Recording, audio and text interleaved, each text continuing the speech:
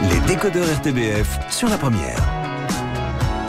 Et tout de suite, place à la chronique Nouvelles Technologies de Gilles Coistio. Bonjour Gilles. Bonjour Marie. Alors le Bitcoin, c'est le sujet à la mode depuis quelques mois. Ça sent l'argent facile, ça sent l'investissement à faire absolument.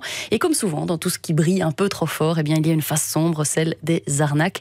Les arnaques au Bitcoin, elles se multiplient. Alors dites-nous, comment fonctionne l'arnaque typique ?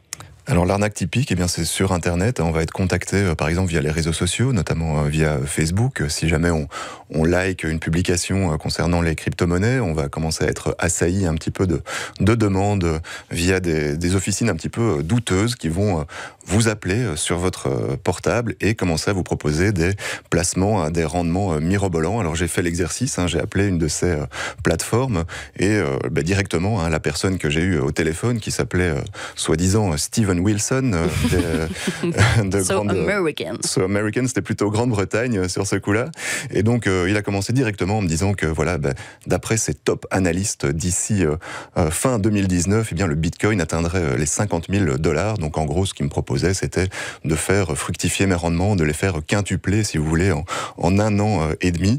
Et donc effectivement, le problème, c'est qu'on va placer de l'argent sur ces fameuses plateformes, on va recevoir des mails. J'ai eu beaucoup de témoignages de victimes de ces arnaques qui m'ont expliqué qu'ils recevaient une sorte de pilotage de leurs investissements qui est soi-disant fructifié, mais le problème c'est quand on veut récupérer son argent en euros, là il n'y a plus personne qui répond.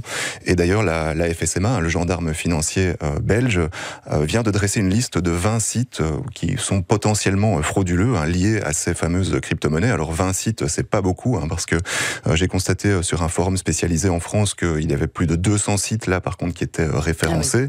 Donc c'est quand même quelque chose qui prend de l'ampleur. La FSMA a reçu une vingtaine de plaintes et de signalements déjà depuis le début de l'année 2018, alors qu'en 2017, ils en ont reçu une petite dizaine seulement.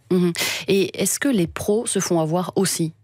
C'est vrai que c'est pas seulement une arnaque pour les investisseurs amateurs. Je dirais n'importe qui voudrait mettre un petit peu d'argent dans le Bitcoin pourrait éventuellement se faire avoir par ces techniques assez perfectionnées.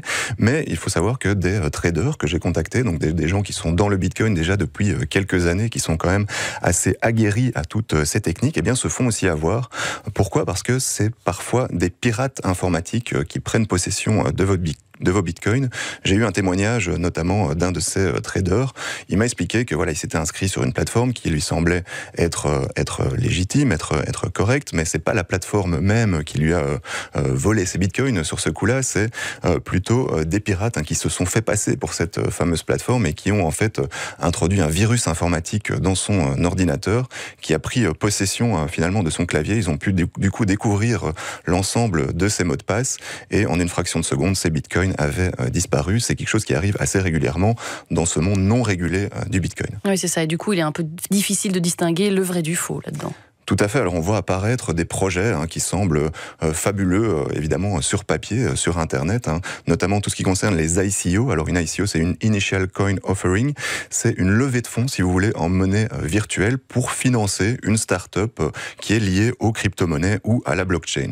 Alors il y a des projets tout à fait sérieux là derrière, mais il y a aussi et surtout beaucoup, malheureusement, d'arnaques, donc de gens qui vont lever des fonds auprès d'investisseurs amateurs qui vont mettre de l'argent dedans, mais en fait, il n'y a pas du tout de projet derrière. Ce qu'on voit aussi apparaître, c'est énormément de crypto-monnaies alternatives. On connaît bien le Bitcoin, qui est la monnaie principale, mais il y a plus de 1500 crypto-monnaies, parfois très très exotiques, qui sont apparues sur le net. Et dans ces crypto-monnaies, il y a des choses tout à fait farfelues. Ah oui, on pourrait d'ailleurs écouter un petit extrait juste là maintenant. It is I, the Messiah, making it rain Jesus coin from the heavens. Everyone is welcome in my kingdom, Jesus coin for all. This is going to be bigger than Bitcoin. Dad would be so proud.